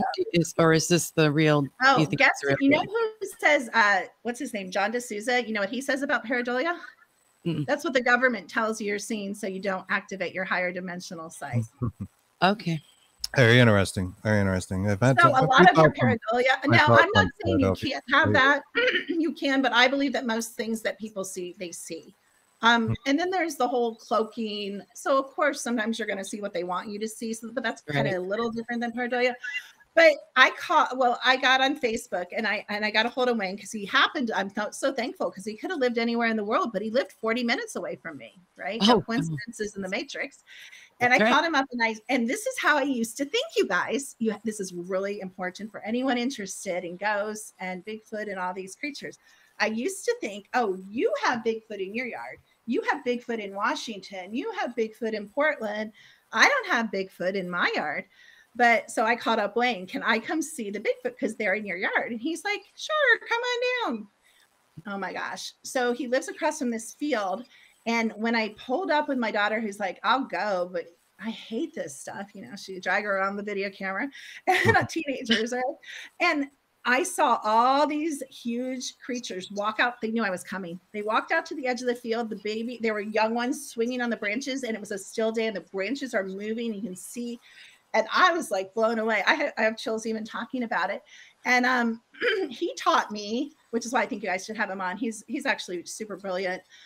He taught me they're everywhere. They're downtown Winston-Salem in this, around the stream behind the fast food places. They're in restaurants. They'll come and look in your windows. They probably are around you guys in your yard. Now, standard Bigfoot, maybe, but just interdimensionals, because we use these terms very, everything's a Bigfoot, everything's a dogman, which isn't true. But we use those terms kind of loosely. Sure. So anyway, Right. Wayne is the one that taught me to see. And now I have this really crazy, intimate, super, super close relationship with them. Wow. That's really nice. Interesting. So do you think they just exist interdimensionally and they're always around us at all times, but we don't always see them and at different Perceive times? them. We can Right. perceive them with our perceptions, our senses, our five senses. Mm. And I don't know everything, you guys. I really don't. This is only what I know right now, and what my beliefs. But I believe all dimensions are stacked on each other. So, and I don't know how many dimensions there are. Maybe there's 70 trillion. We have no idea. I believe they're all accessible with the right sight, with the right heart connection, with the right openness, with the right frequency, and it may be all of those or none of those. Maybe things I haven't discovered yet. So, I think anyone can access those dimensions, and those beings tend to, in their natural state, vibrate higher, just like some of the alien races or aliens, if you believe in that, vibrate higher. I believe, just like they say cats vibrate, which is interesting enough. Everyone thinks cats are better than dogs. I'm a dog person. I used to be a cat person, but cats are also always very 4-dimensional. Dogs are very 5-dimensional, which is interesting. So some of our animals even naturally cross these dimensions. But so I think it's just, you don't have to do anything. You don't have to go anywhere, which is what I learned. You just have to be different, if that makes sense. You have to change you. You don't have to drive to Bigfoot conference on the West Coast or fly and save the money, You can actually go out in your backyard and figure it out. One of the things we were talking about were whether they see each other. I'm sorry. And these interdimensional beings, like the does the Bigfoot see the ghost, and can the ghost perceive, the alien, the dog man, or yeah. In my yard, I'm sorry to everyone who thinks I'm sane. I'm going to disprove that in like 2 seconds. But in my yard, like the fae, the little people, the gnomes, the interdimensionals, the human discarnates, the Bigfoot, the dogman, they all hang out together. You can see them sometimes interact when they walk past, or it's not like they have parties, I don't think. Maybe they do, but I do see them interact. They do seem to have us in the same dimension, kind of like, think about it, we're humans in the 3rd dimension. That's all we think we are, and we interact with each other in the 3rd dimension, even though we're different types of people. And I think it's kind of like they share the access. Let's call it share the access, because I don't believe they're all restricted even to the 4th. Another pet peeve of mine. Can we stop the 5D BS? If you guys can't see the 4th dimension, you ain't ever making it to the 5th dimension. Not you guys, sorry. They're like, that's okay. We know what you meant. Can you expand on that a little bit? Yeah, please. So, all the books, like if you go on Amazon and type in, 5th dimension, you're gonna be like, 5th dimensional living, we're moving into the 5th dimension. You don't skip dimensions. You can skip dimensions if you're of that frequency. But have you guys met people? They are very 3D. People are very, even though they're waking up, even though we're seeing some hope, and there's more truth being allowed in, and people are open to things. Again, that was a thing. The 5th dimension, you can't, it's not like, a step that you can skip. You have to vibrate up into access to the 5th dimension. And so if you are not consistently seeing dogmen and Sasquatch and portals is a whole nother topic we could talk about. Yes. And where are they coming from? I can open, this is part of who I am at the core, but I can open and close portals, and we do that at live events. I can teach people how to close their own, because a lot of people are like, oh, I have a portal in my backyard. I'm like, oh yeah, and that's really dark, and only dark beings are coming from it, and you should close that. So a lot of times when we go to these haunted houses, the problem isn't like A, B, C, D, E types of beings or spirits. It's that they have a dark portal that only low frequency beings are barreling in because the dark beings opened it. There's also neutral portals, which is kind of like anybody can come through here. That's like the sign. That's what I have. And then there's positive portals where only positive beings, because of the frequency, can come through there. So I just said to my friend right before this, she sent me a picture of a portal in Florida, and I'm like, you need to shut that thing down. No. I'll be right there. Yeah, let's harp on that topic, because that's a good topic, and we cover a lot of ground here. Obviously, with couples journeying into the mysterious, the unknown, and the paranormal, right? So we do a lot of ghost stuff, but we're into all kinds of things.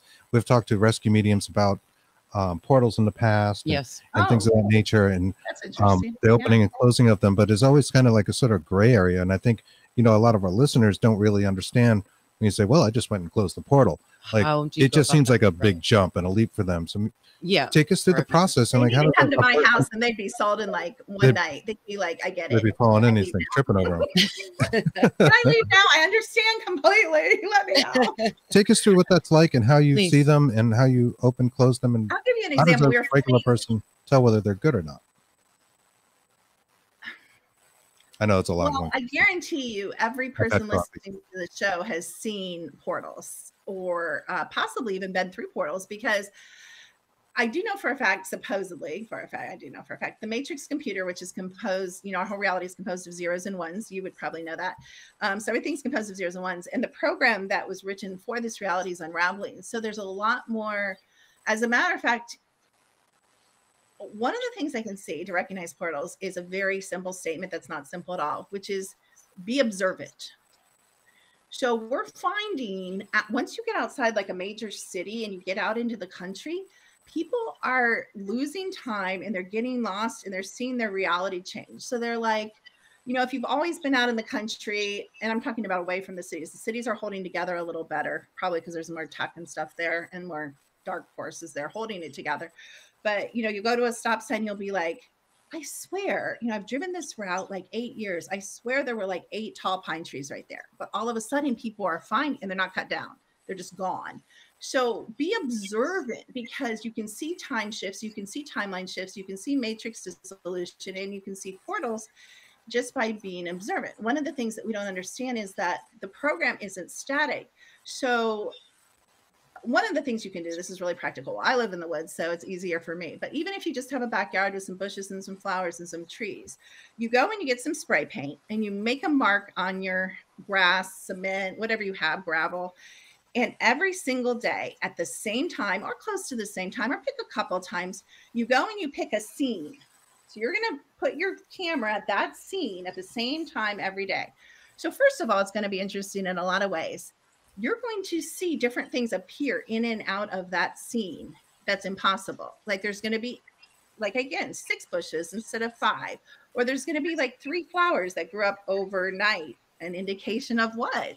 We don't think they stop time, but if you start being observant, you can start to, if you're a tech person, I don't know if you guys ever watch Prison Break. It's like a big show over here. I have like a Prison Break mind. So I recognize deviations of patterns and patterns. Yeah, pattern so for me, anybody can learn to do that. And one way is we have these cameras and we can take these still shots. And not only, once you get really familiar with just 3 feet of ground or 6 feet of ground or however much, your camera covers, and that same thing, you're going to start seeing the creatures, because you're going to be like, why is there a black spot there? I've never seen a black spot there. And you're going to blow it up and you're going to see 2 little ears and 2 little eyes. And you're going to be like, I can see Sasquatch. So you're saying we'll see portals. I got to tell. I'm sorry. I'll be quiet after this. What? Go ahead, Chris. I'm sorry. So you're kind of saying, just trying to surmise what you're saying. We were talking about the average person seeing them. They just need to kind of maybe slow down, experience their world a little bit, take it in. Their surroundings. So you know what I mean? Just kind of like take themselves out of the matrix, if you will, and just relax, look for them, open up, see what they feel. You guys go out in nature. You guys go out in nature, right? Do you guys see these creatures? Do you hear things? Do you know things? You sense I've seen all kinds of things. Yeah. Oh, you have. Yeah. Okay. Not always in nature. I mean, we've seen just period. Shadow just figures to all kinds of stuff. Shadow figures to we don't even know things that might look like a a cloud going across the room, or malevolent. you can black orb or something like that. I mean, I'll tell you another experiment everyone can do. This is a little sinister. I'm sorry, don't do it if you're a heebie-jeebie, scare the dog person, which I'm not, obviously. Don't do it. But if you aren't, do this. So, okay, most people's beds face somewhere where they can see their door, right? Like we're kind of wired like that, like whether it's side or front or whatever. So, and if you can't lay on your bed so you can see your door, turn off as many lights as possible in your bedroom, for bed, whatever, when it's dark at night, or, black out the windows if you can, and then leave the hall light on and lay there for 5 or 10 minutes. After 5 or 10 minutes, soften your vision, meaning don't because if you're doing this, you might be a little too intense. You know what I'm saying? So kind of relax, breathe, chill, and then just put your gaze real softly under your door. And get out your little camera and then have fun with that. And you tell me what happens. Wow. All right. That's an interesting experience. I like that experiment. It's pretty creepy. I like the idea of stopping your gaze. Do you remember, I think you might be in our age bracket, but those the malls, when they had those paintings that you would look at the painting and it would be like a pattern. And, if you stared at it long enough, you would see a boat in it. Yes. Do you think there's something to that kind of the way your eyes start to feel when you say soften your gaze, where you're almost going into a stare daydream state? Yeah, I just think you're removing yourself back. I think you're stepping back from the program. So you have more of a big picture view. And I think that's how they keep us so focused. Time for breakfast, time for lunch, time to go to work. Like they're always, if you ever notice, everything all our routines and stuff is always about sharp focus. Okay, buckle down and get to work, buckle down and sit. Like it's never relax and lay back and receive and just enjoy. So even though I don't think this place is super amazing, I do think it's super amazing. No, I agree. I think there is something to that. Kind of relax and not kind of lose focus even on what you're looking at and kind of open up the mind. Another thing you can do at night, and I recommend a little light for this. You don't have to have it, but if you have a smartphone, which most people do, Android or iPhone, take out your thing, hold it above your face, laying in bed, and video for 5 minutes. You will see orbs running around your room like the Dickens. They're there. The camera sees them, and once the camera sees them, you'll notice the dart. You'll see the motion. So then you can put your camera down, and you'll notice the dart, and you can feel into it. So once you establish how I work with people is I have to overcome their programming, which is very thick, and their disbelief. And I have to unwind that. How we unwind that is with evidence. They'll send me a video and they'll be like, are these orbs? I'll be like, yes, they're orbs. And I'll say, okay, now turn off your camera and see them with your eyes. So once they can lower, because to them, the camera proved it existed. Now they can allow the belief that they exist, that they can see them. So the camera takes a lot of programming out for people. Because even though they'll still try to talk you, I always say to the skeptics, I'm like, come on over, come on down, let's go. Come on. Now, people say there's no such thing as demons or exorcism. And I'll say you couldn't last a half hour in an exorcism that I do. Like you'd be running out and they probably have to put you in a psych ward. Like you can't say something doesn't exist if you've never tested it. Most of these braggarts that are like, oh, Sasquatch doesn't exist and this doesn't exist, they've never even tested it. They've never gone with someone that can give them evidence. Like I can get evidence every single night, every single day. When the best time to take pictures of interdimensionals is? Day. Yeah. Oh yes, we agree. We're big we're Dave fans. Dave fans, yeah. We do. I love that because a lot of people, you guys are just. And back to the Sasquatch thing. So in the dark too much, that kind of stuff. I'm sorry, Chris. I keep talking over you. No, it's okay. Totally okay. No worries.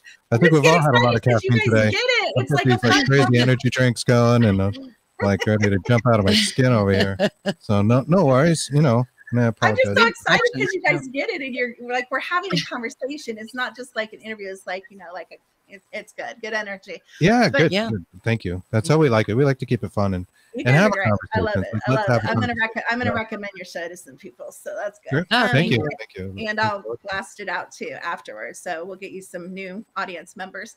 But thank you.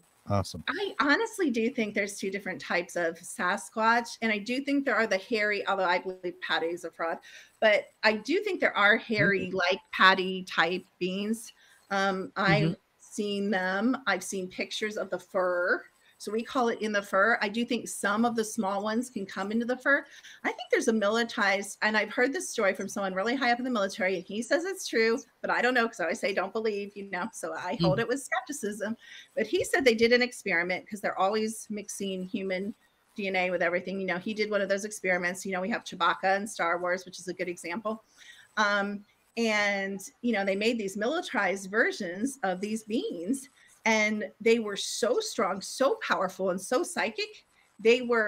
Nobody could control them. Like the reptilians couldn't control them. The military couldn't control them. The corporations, they couldn't have, they were so high vibrating. They couldn't give them like tranquilizer gun drugs. Whoa. So they became super dangerous to the population for real. And they killed them all. Talking about a super soldier, right? Yeah. Quotes. But some escaped because they're super smart, they're super psychic, and a bunch of them escaped. And those are the ones that are hiding. Like those are like the 9, 12, 14 actual, like you and I. And they may be interdimensional as well, but I think they're more physical than like the ones I see. Does that make sense? Like I think there's different types. There's 2 different types. And again, I think we use the word Bigfoot, Sasquatch way too broadly, because in India, in the Vedas, in their scriptures, they talk about 5,000 different kinds of interdimensionals. So there's a lot of subtlety there, from the little people to different kinds of furry beasts, to all kinds of things. Mm-hmm. So we're so limited in our thinking and so why don't we just open up our mind and say, I'm going to explore and act like we don't know anything and discover. We just don't take that approach. We think we know a lot of people on Earth do not. And we pigeonhole, and we have a way of doing that that's wrong. And like you're saying, there could be more than one kind of Bigfoot. Of course there can be. Why do we got to pigeonhole this is that, and this is what a ghost is, and this is a residual hunting, and this is an intelligent hunting, and there might be some fruits of that, but there might also be some crossover there. You don't know. We have a tendency to pigeonhole everything, and I think we should try to break free of that. Just that's how we would learn and expand. Exactly. In our own experience, like when we first started doing this, like we weren't all that into cryptids and that kind of thing. Oh, really? Now I give them a lot more credence just through our experience. Well, like I've and hearing people's stories, and you were more into it than I was. Yeah. So okay. I mean, we like like some of the lore and everything, but I do think people see stuff, and I think it's out there, and it's just a matter of connecting our consciousness with that foreign consciousness. And I'm also going to flip that, because everything is like opposite and inverse and flipped here all the time, and it flips and double flips and backtracks. But again, we see this human skin, but like I was talking about the people that follow me around and cut me off and harass me. I know the vibe of a Draco, of a reptilian. And so when I take their pictures, the skin drops off and you're left with the actual picture of the Draco or of the reptilian. I was in Boone, North Carolina with my kids, and what really alerted me was, I'm like, why is there an FBI agent car next to me and a car with a Masonic symbol on it next to me? I'm like, they're trying to stop me from seeing something or doing something. Well, they always follow me around anyway. But so I saw this kid, college kid, across the street in this red hoodie at the stoplight. And I'm like, oh, that's him. Because I could feel his frequency. Beacons. We're all beacons, Took a picture of him. He's a Draco. College kid in a hoodie in human skin. Haha. But underneath, he's a Draco. Okay, I think I do have a picture of that. I'm going to try to share it. I've had a little trouble. Yeah, because we tried to share last week and it just didn't work. I don't know why. Let me see if I can bring it onto the stream. I'm going to tell you. Oh, that'd be awesome. Here we go. And yeah, that's him. That's my friend. That's my friend. There we go. Some of our listeners are just in a podcast, so we'll try to describe this well. And I think you just did. I see somebody with a red hoodie on. And yeah, look at his hand, though. It's even consistent. It's not like he revealed himself as full Draco, full body Draco. You can see his hands, or whatever, claw hands. You can see his face is very distorted into some kind of being. I picked up the Draco frequency, but other people might, pick up something else. Oops. But yeah, that's. See if I can zoom. Yeah, because his face is. As I have my glasses on now, I can see his face.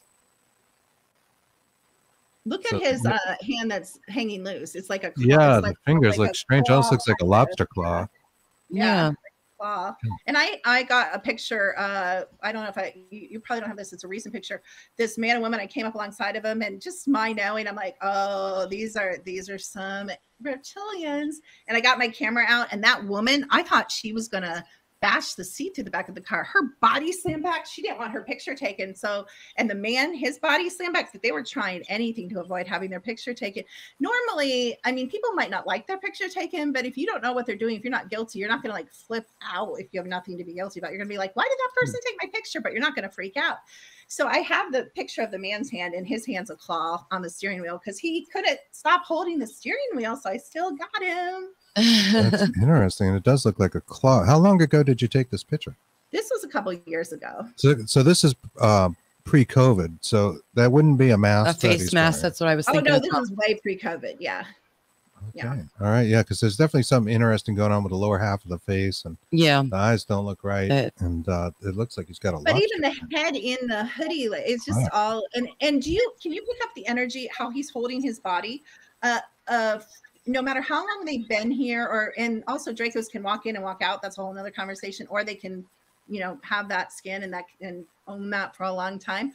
But they hold their body differently. They don't hold their body the same as a human holds their body. Can you pick up, like, I can feel the energy sitting there. He's just kind of slouched in. He may be a walk-in too. Maybe he isn't like a permanent Draco. He may have walked into that student, for whatever reason, but he's holding his body just kind of weird to me compared to how he it just kind of standing there. I don't know if it's like a teenager thing or just something kind of menacing about it.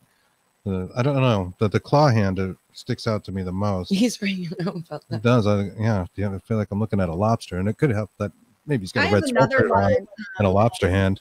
I have another one that's really clear of a flesh claw hand of a guy that was following me around my town, and I could feel again the frequency. So I took a picture.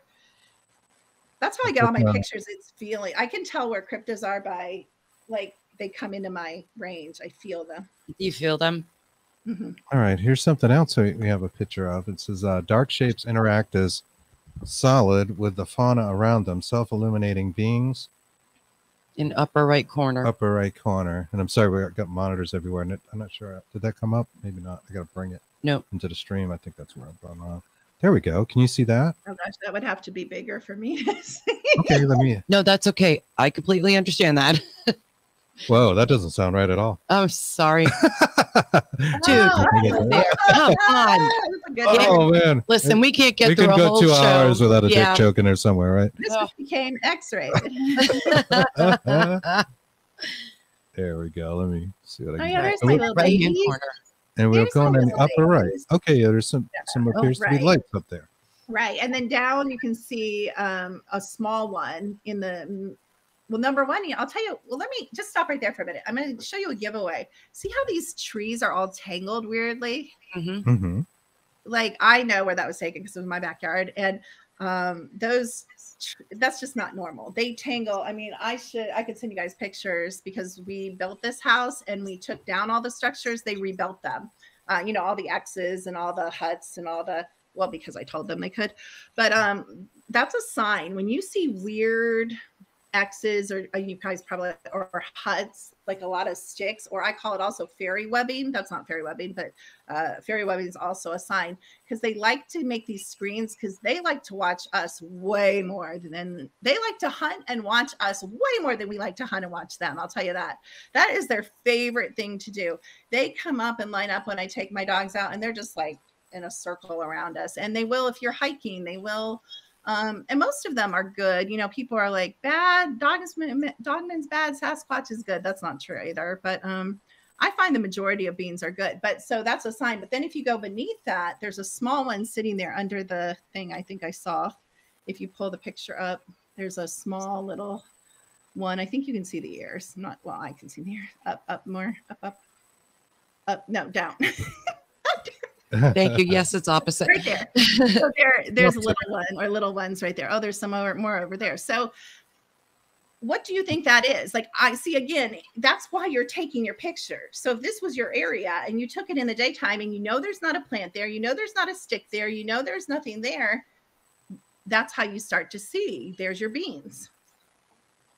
Interesting. Very interesting. great. That's really cool. I love the experiment of what's under my door. Yeah. Oh, you might not. No, I think I will. You know, I'm all about that. That's yeah. So, and those are, all the lore. You guys know all the fairy lore and pixie I do, lore absolutely. and all that. And yeah, so we have it's funny. My daughter came over and she's like, "It is so creepy here. How do you live alone in the woods and the mountains?" I'm like, "Honey child, I am not alone. I have 4 friends inside and outside the house. I mean, there's just so many beings to interact with, at any time. It's so, I hate to say this. This sounds really rude, but I'm going to say it. These beings are so much nicer and more fascinating than most people. Than people. Yes, we get that sometimes. I have one more picture maybe we can go through, because this one relates to portals. Oh, this is good. I love that you brought this. This is really interesting. So I didn't use, have you guys, what's that guy? His name's Matt, doctor. He's a psychiatrist. Have you heard of him? He's like from Oregon or something. He started yapping a long time ago, which I hadn't observed. He actually made me notice this, that they're coming through the trees. A certain type, we're not talking necessarily the 18-foot tall ones, but the certain type are coming through the trees. So again, how did I catch this? Because these trees are in my back. They were in my old backyard. My old backyard, I could see them every day. I could stand in front of them with a camera. I could stand in front of them with my eyes and burnt. I'm like, why does that tree look like it caught on fire and it's burnt? But if you blow it up really big, you can see the beans either going back in or coming through. So we know that certain trees, possibly all trees, think Tolkien, you guys. Think about Tolkien and the living trees and the army of trees. I just think there's so much we don't know. So I think the trees are portals to these beings. And here's some examples of them hanging out in trees. And this was a consistent area where they were coming through, and you'll find that once you find an area, a lot of creatures will come through. You need to be really observant, Okay, so this is kind of about going back to finding portals. And for our listeners that aren't watching the video, because we do go out in the podcast, sorry. I want to just describe the picture a little bit. So we've got 2 pictures of trees, and one on our left here is definitely more brightly lit than the one on the right. So kind of, if you can, talk us through, what are we supposed to be looking for? So these are the same. This is the same tree. This on the left, it's blown up a little bit more, but this is the same tree. Do you see big black spots on this tree? No, you don't see that big, huge burnout looking black spot. That's really a couple feet, maybe 6-7 feet long. There's not, it isn't on that tree. And I blew it up a little bit so you could see the beans without trying too hard. But this, I see them, but this is blackened and it's solid black. It's not a shadow. Where's that shadow? What shadow projects in that chopped off way? It's not a shadow, because I know the naysayer is going to say it's a shadow. And again, you guys have to realize this is 24/7 observation. These are trees in my backyard that I studied for 2 years' time. And so I know what is and what isn't. I'm the biggest, it doesn't sound like it, but I'm actually looking to prove myself wrong, if that makes sense. No, that makes sense. It does. Debunk like there's like faces. So that's one thing you can look for. They light in the morning. I can't. You guys aren't showing me right now, but sometimes I was going to show you. Sometimes when I'm not doing a show, they'll come through the tree behind me. But see, there's little ones in between the trees coming through. They're sitting, to the left or right, whatever you want to say, of the dark area. And if you blow up if you guys want to take a screenshot of that and then blow it up later, you'll be able to see eyes and ears and if the beans coming through. Wow. Wow, that's really cool. So, I mean, I don't expect anyone to believe me, but it really saddens me. Everybody wants to see, but everybody's kind of like afraid to take me up on it. I'm like, well, come on over. Hang out, I'll show you. And they're like, maybe I ask people too is fear, and do they really want to see, or do they just think they want to see? Do they really want to know, or do they just think they want to know? Yes, and sorry, we might have dropped off there momentarily. Yeah, just for no, there's some behind me. Wait. Do you see? Wait. There's some of my trees doing it right now. They're coming. There's some of the trees that looks like they're coming through. I don't know. You guys can see here. I'm gonna get out of the way. You guys see Kimberly has a window behind her. We're looking into her woods. Yeah. Do you see my woods? Oh, yes. I did just see something move. I did. There's a lot back there. They're coming. They know we're talking about them. I don't know. They're coming in. They're actually What The way the light's changing. right I now. see See it. how that's working? Yeah. Holy moly. There's something going on Anne Marie Young, are you watching this? with the way the shadows are working in these trees, in this tree branch over here. Yeah. Shadows. Yeah, Right. you guys. Okay, might If be a you little are bit of it. I think it's a seeing the video of reflection this, of the window. take Oh, but screenshots, there's blow it something up. going on. Take screenshots of this and blow it up. You'll see beams. When you use your hands, we can see the reflection on the window. So we're trying to see it move again. Oh. That's okay. Just if That's you okay. skip it. No, No, sit back fine. down. That's fine. Yep. I do think we saw something there. Oh, yeah. Pretty strange. Oh, Yeah. That was really cool. Really cool. But if you guys want to take a screenshot, like you can blow it up, you'll be able to see even past the reflection because they're pretty strong out there right now. Yeah. Wow. That's really cool. So, how do people get in touch with you? Is the best way through the website? I'm old, so you can type my name in. You can type secret to use everything. CompuServe? CompuServe. What was the other one? Netscape. Netscape or Net Zero. Yeah, we love talking about the history of the internet, like it's schools. so archaic, but our kids will never understand. No, I have a YouTube channel, Secret to Everything. Just type in secrettoeverything.com. There's a contact form if you want to have a question or want to reach out. We're redoing some of the services and stuff on the website. I teach monthly groups. I teach different classes. I think we're going to teach a class in July on deprogramming. So, all the ways they program us and how to deprogram yourself, which is a step in, it doesn't sound like it, but it is kind of a psychic class because you can see easier, hear easier, know easier when you're not programmed, by the outside influences. So absolutely. I think that's brilliant. The deprogramming is huge.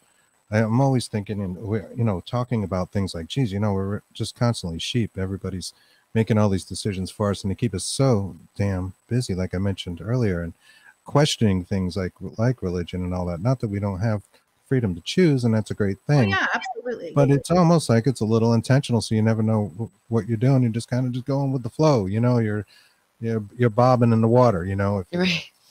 going along, and that's not how you're going to see the whole pond. Yeah, should do that. You go about life. Yeah.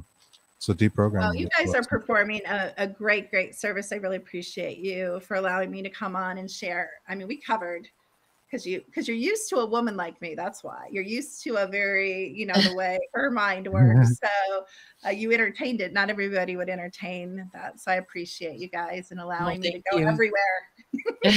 You're very welcome. We're so glad. We loved it. This was really interesting, and it was a deep conversation. And I'm sure it's got a lot of people, including ourselves, definitely thinking, Oh, yeah.